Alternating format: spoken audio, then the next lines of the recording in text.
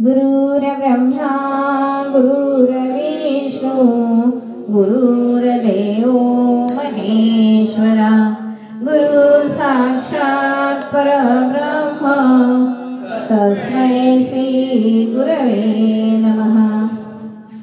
दर गुरुवारचा आपला नियम आहे की एक महाराजांची लीला ऐकायची आहे, सांगायची आहे। आजच्या लीलेचं नाव आहे दृष्टीदान। मागच्या वेळेला आपण आळवणी बुवांची आरोग्य प्राप्ती बघितली। आळवणी बुवा आणि त्यांच्या सहकार्याने श्री स्वामी महाराजांनी रोगमुक्त केले। ही गोष्ट जगन्नाथपुरीमध्ये वाऱ्यासारखी पसरली। श्रींचे दर्शन घेण्यासाठी लोकांची गर्दी उसळली। त्या गर्दीमध्ये जन्मापासून आंधळा असलेला एक ब्राह्मण मोठ्या आशेने श्री स्वामी महाराजांकडे दृष्टी मागण्यासाठी आला। आपल्याला दृष्टी एवढ्यासाठी मिळावी ज्याने केवळ आपल्या पदस्पर्शाने आळवणी बुवा व त्यांचे सहकारी यांना आरोग्य दिले, त्या महान तपस्व्याला आपल्याला पाहता यावे, आणि जर तसं झालं नाही तर आपण देहत्याग करू असा त्या ब्राह्मणाने निर्धार व्यक्त केला।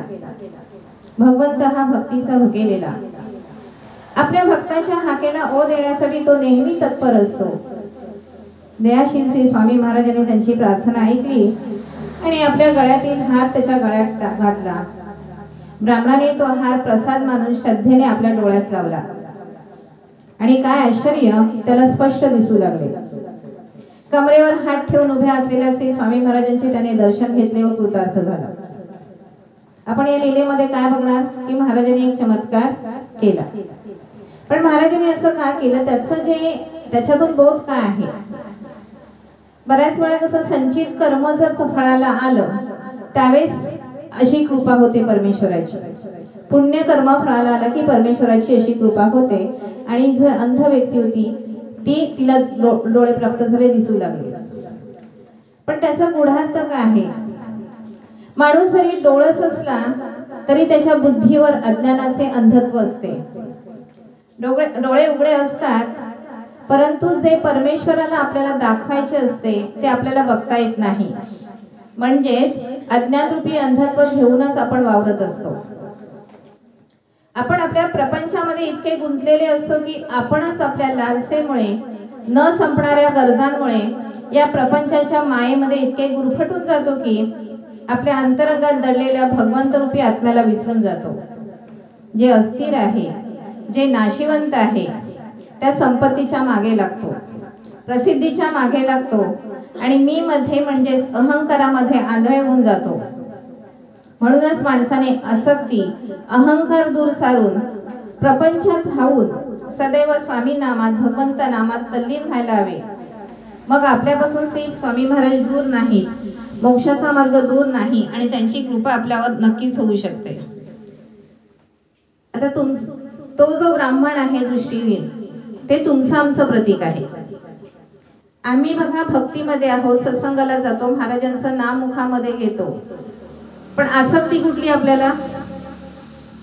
अमुक माझं पाय दुखतोय, माझं डोकं दुखतंय, मी आजारात अडकलोय, किंवा मला आर्थिक अडचण आहे, प्रापंचिक अडचण आहे, त्याच्यामध्येच धावतो ना।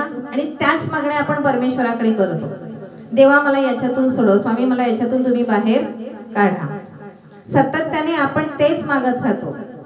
एक गरज संपली की दुसरी गरज चालू राहते, पण परमेश्वर नक्की कुठे आहे?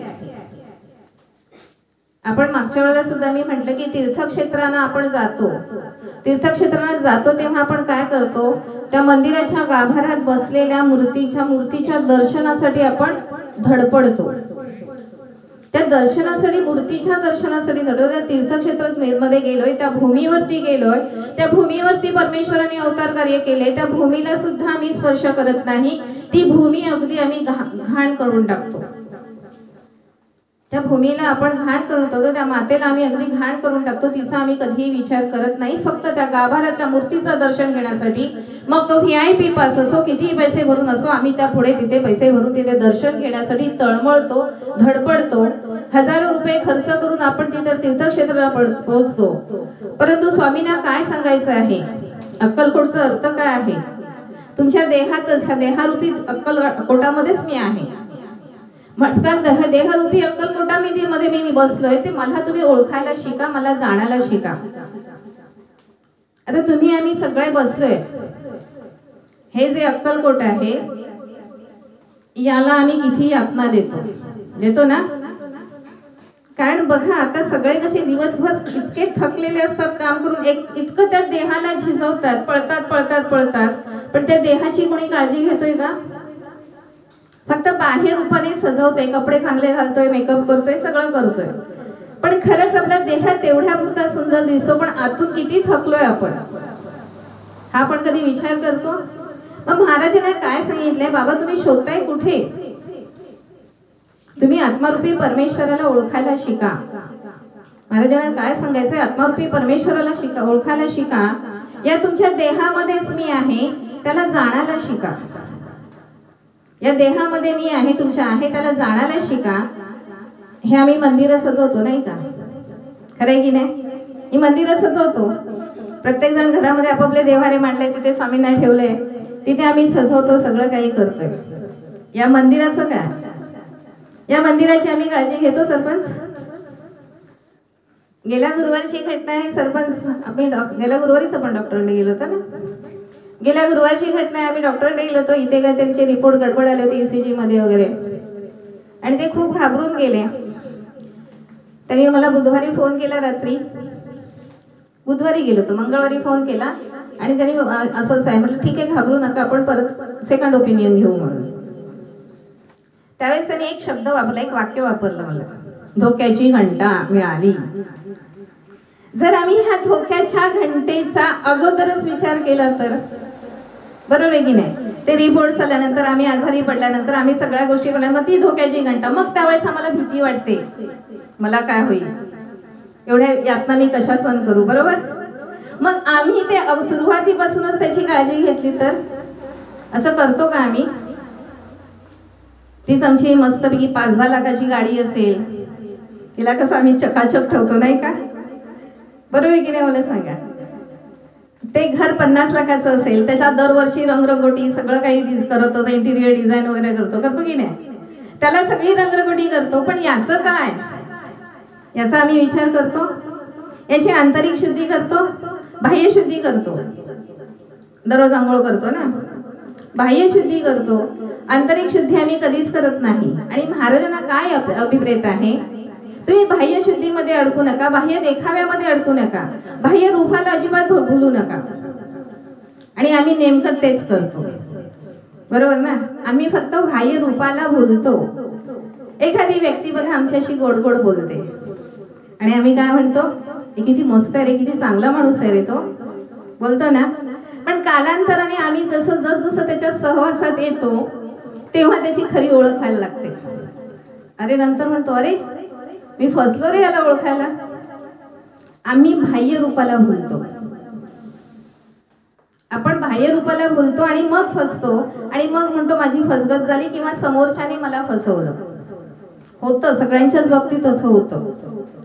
मग त्याच्यासाठी महाराज काय सांगतात माहितीये, तुम्ही जर सातत्याने नाम घेत राहिलात, बाकी काही करू नका, सातत्याने तुम्ही वाणीमध्ये तुमच्या नाम असेल, मुखामध्ये तुमच्या नाम असेल, आणि जसजशी नामाची संख्या वाढते, जसजशी नामाची संख्या वाढते तेव्हा तुम्हाला भल्या बुऱ्याची जाण येते. जसजशी नामाची संख्या वाढते तेव्हा तुम्हाला आपोआप कळतं कोण चांगलं कोण वाईट, काय चांगलं आहे काय वाईट आहे. ते कोणी दुसऱ्याने सांगायची गरज लागत नाही. पण आमच्या मुखामध्ये नाम फार कमी येतं. आमच्या मुखामध्ये, आमच्या डोक्यामध्ये फक्त आमचा संसार संसार आणि संसारच असतो, बायका पोरच असतात, कामाचा व्याप असतो, तोच असतो. मुखामध्ये नाम येत नाही. मुखामध्ये नाम आलं तरी इथे भलतेच किडे वळवळत असतात. तर एक काम करा, जास्तीत जास्त होईल तेवढं नाम घ्या. श्री स्वामी समर्थ जर हे 41 दिवसात 6 लाख हा जप केला, असं नाही एका जागेवर बसून येता जाता उठता बसता नाम घ्या. जर 41 दिवसात जर तुमचा 6 लाख जप झाला ना, मग बघा काय प्रचिती येते. 41 दिवसाचा कंटिन्यू, नाहीतर आम्ही वर्षभर 41 वर्ष करतोय असं नका करू. 41 दिवसात एक स्वतःशी संकल्प करा की 41 दिवसात मला 6 लाख जप करायचा आहे. जर दिवसाला 15,000 जप झाला ना, तर 41 दिवसात 6 लाख जप होतो. मग दिवसाला ते टार्गेटच ठेवायचं की 15,000 जप माझा व्हायला पाहिजे झोपेपर्यंत, त्याशिवाय मी झोपणार नाही. मग तुम्ही काम करताना, कारण बऱ्याच वेळा काय करतो माहितीये, आपण काम करताना बडबड बडबड बडबड आपल्या सहकाऱ्यांबरोबर चालू असते. कोणी भेटलं की तिथे आपण बडबड करतो, मौन बसत नाही, मौन पाळत नाही ना, कमी बोलत नाही, बडबड बडबड चालू असते. त्याच्याऐवजी जर मुखामध्ये नाव घेतलं तर काय होईल? करून बघा, करून बघा, काय मिळते ते बघा. बरोबर आहे की नाही? प्रयत्न तर करा, प्रचिती घेऊन बघा. अनुभव आल्याशिवाय आपल्याला काही समजत नाही, कारण अनुभव हाच सर्वात मोठा गुरु असतो. कोणी काही सांगून उपयोग नाही. प्रत्यक्ष आपण करून बघावं, त्याची अनुभूती घ्यावी आणि मग समोरच्याने सांगितले ते बरोबर आहे किंवा नाही याच्यावर विश्वास ठेवावा. तोपर्यंत अंधविश्वास ठेवू पण नका, पण करा. कारण कसं असतं, आपल्याला ओढ आहे स्वामींची, स्वामी आपले आराध्य आहेत. मग एवढंच करा की माझ्या स्वामींना काय आवडेल, माझ्या स्वामींना काय आवडेल याचं सतत चिंतन करा. मग बघा आपोआप मुखातून नाव येईल. सतत चिंतन करा, माझ्या स्वामींना काय आवडेल. किंवा स्वामींशी संवाद साधा, स्वामींशी बोलत राहा दिवसभर. स्वामी हे झालं, स्वामी ते झालं, सगळं सगळं शेअर करा स्वामींशी. करून तर बघा, मग स्वामी अगदी तुमच्या जवळच असतील. तुम्हाला वाटणारच नाही की मी स्वामींपासून लांब आहे किंवा स्वामी माझ्यापासून लांब आहे. करून बघा. कारण आता बघा गणपती येत आहेत. गणपतीचा उत्सव वर्षातून मोठा येतो, आपण खूप साजरा करतो, आनंद वाटतो. आनंद घेऊन येतात ना गणेश, गणपती बाप्पा. मग त्या आनंद उत्सवामध्ये जरी गणेशाचं नाव घेतलं, स्वामींचं नाव घ्या. बऱ्याच वेळा काय होतं माहिती, आपण इतर देवदेवतांची कुठलेही मंत्र करायला गेले तर सगळे स्वामी समर्थच येतं. कारण आपल्या मुखाला वाणीला ती सवय लागली की स्वामींशिवाय आपल्याला जमत नाही. मग श्री स्वामी समर्थ, श्री स्वामी समर्थच येतं. असंच एका भक्ताला एक व्यक्ती एका ज्योतिषाकडे गेली. स्वामी भक्त होती ती व्यक्ती. एकट्या ज्योतिषाकडे गेली आणि त्यांनी सांगितलं त्याच्या कुंडलीप्रमाणे बघून, तू बाबा रे हा दुसरा मंत्र कर, जय शंकर म्हणून हा तू मंत्र कर, 6 महिना हा जप कर आणि त्याची प्रचिती घे, आणि मग तुझा जो प्रॉब्लेम आहे तो 6 महिन्यात सुटेल. पण जय शंकर हा जप करायचा, दुसरं काही करायचं नाही. आता ह्या स्वामी भक्ताच्या वाणीला सवय काय होती, श्री स्वामी समर्थ, श्री स्वामी समर्थ, श्री स्वामी समर्थ. जय शंकर फार कमी यायचं त्यांच्या मुखातून, श्री स्वामी समर्थच ते बोलायचे. 6 महिन्यात काही त्यांचं काम झालं नाही. परत ते त्या ज्योतिषाकडे गेले. ज्योतिषाने सांगितलं तुम्ही म्हणाला तर 6 महिन्यात माझं काम होईल. तर ते म्हणाले तू जप केलास? हो मी जप केला. कुठला जप केलास? श्री स्वामी समर्थ. मी तर तुला जय शंकर सांगितला होता. इथे काय होतं माहितीये, परमेश्वर हा एक आहे. पण ती एखादी व्यक्ती, आपण ज्योतिषाकडे जातो तेव्हा जो ज्योतिषी सांगेल त्याच्यावरती आपण विश्वास ठेवतो. स्वामींवरती कमी विश्वास ठेवतो ना. स्वामी मला यातून, या अडचणीतून बाहेर पार पाडतील, हा आपला तिथे विश्वास कमी पडतो. स्वामी भक्तांचा, कुठल्याही भक्तांचा, कोणताही आराध्य असेल, जेव्हा तो अडचणीमध्ये सापडतो तेव्हा तो इतर उंबरठे झिजवतो. आणि मग काय होतं, अमुक करा, तमुक करा, तमुक करा. बऱ्याच जणांचा, सगळ्यांचाच हा अनुभव असेल. पण जर तुम्ही स्वामींवरती विश्वास ठेवलात आणि जर 41 दिवस 6 लाख हा जप केलात आणि दररोज कमीत कमी तो 6 लाख जप झाल्यानंतर दररोज फक्त 5000 जप करा. येता जाता उठता बसा 24 तासात केव्हाही 5000 श्री स्वामी समर्थ, श्री स्वामी समर्थ जप करा. काउंटर मिळतात बघा. असं म्हटलं जातं शास्त्रामध्ये की जप संख्या मोजू नये, पण आपल्याला वळण लावण्यासाठी हातात काउंटर घ्या. म्हणजे हातात काउंटर असेल की आम्हाला आठवण जाईल आम्हाला जप करायची. मग ते 5000 जप होईल. मग ते एवढे झाले, तेवढे झाले, तेवढे झालेत करा. आणि तो जप पूर्ण झाल्यानंतर समाधान वाटेल. आणि नंतर मग काय होईल, आपोआप आपल्या वाणीला सवय लागते आणि माणूस तर हा सवयीचा गुलाम आहे. इथेच थांबूया, पुढच्या गुरुवारी भेट बोलूया. श्री स्वामी समर्थ.